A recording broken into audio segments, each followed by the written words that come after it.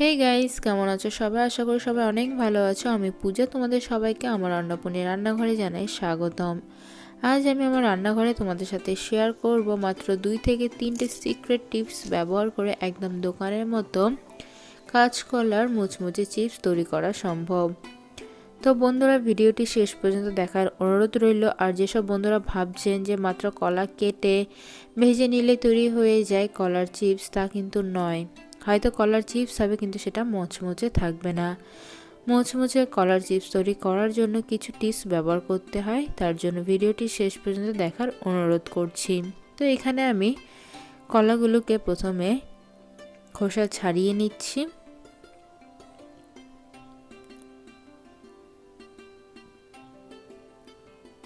কলার খোসাগুলো ছাড়িয়ে প্রথমে আমি জলে ভিজিয়ে নিলাম। তারপর এক এক করে এগুলোকে আমি খুবই পাতলা পাতলা করে কেটে নেব।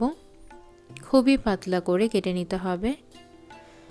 সিক্রেট টিপস নাম্বার 1, কলাগুলোকে কাটার সাথে সাথেই কিন্তু জলে ভিজিয়ে দিতে হবে। সেটা যে বরফ জল হতে হবে এমন কোনো কথা নয়, নর্মাল ট্যাপ ওয়াটারে ভিজিয়ে দিলেও হবে।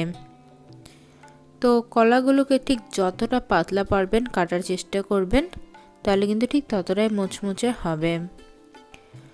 তো এখানে আমি যতটা পাতলা পেরেছি কেটে নিয়েছি। আপনারা চাইলে আরও পাতলা করে কাটতে পারলে খুবই ভালো হয়।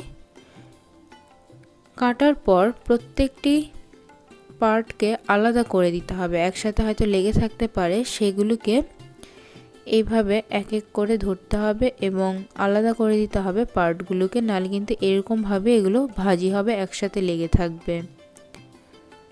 তো এইভাবে এগুলোকে আলাদা করে দেওয়ার পর আমি খুব ভালো করে এগুলোকে আরও 2 থেকে 3 বার ধুয়ে নিয়েছি।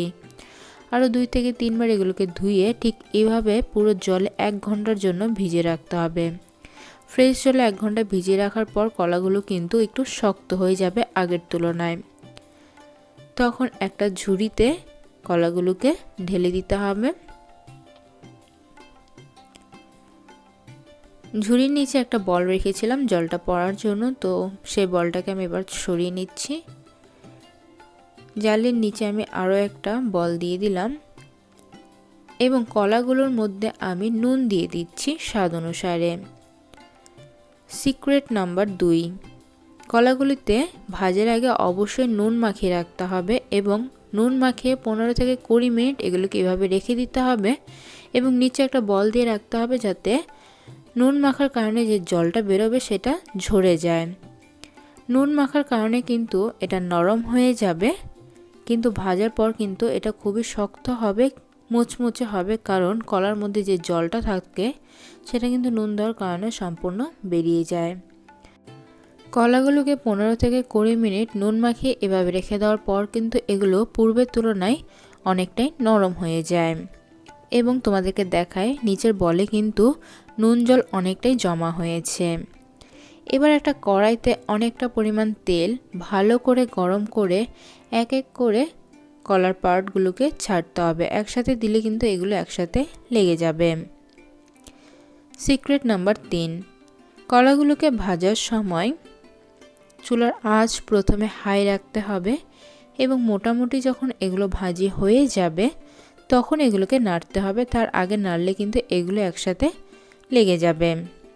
মোটামুটি যখন কলা পার্টগুলো ভাজি হয়ে যাবে তখন এগুলোকে আলতো হাতে নেড়ে চুলার আঁচটাকে মিডিয়াম করে দিতে হবে, তখন আর হাই রাখা যাবে না। মিডিয়াম চুলার আঁচে এগুলোকে 2 থেকে 3 মিনিট ভেজে চুলার আঁচটাকে লো করে এগুলোকে মুচমুচে করে ভেজে তুলে নিতে হবে। বন্ধুরা, তোমরা দেখতে পাচ্ছ এখানে প্রত্যেকটি চিপস কিন্তু একদম আলাদা আলাদা হয়েছে এবং সমানভাবে ভাজি হয়েছে এবং দেখতে পাচ্ছ এটা ঠিক কতটা মুচমুচে হয়েছে। তো বন্ধুরা, কেমন লাগলো কমেন্টে অবশ্যই জানিও। ভালো লেগে থাকলে অবশ্যই ট্রাই করো। বাই।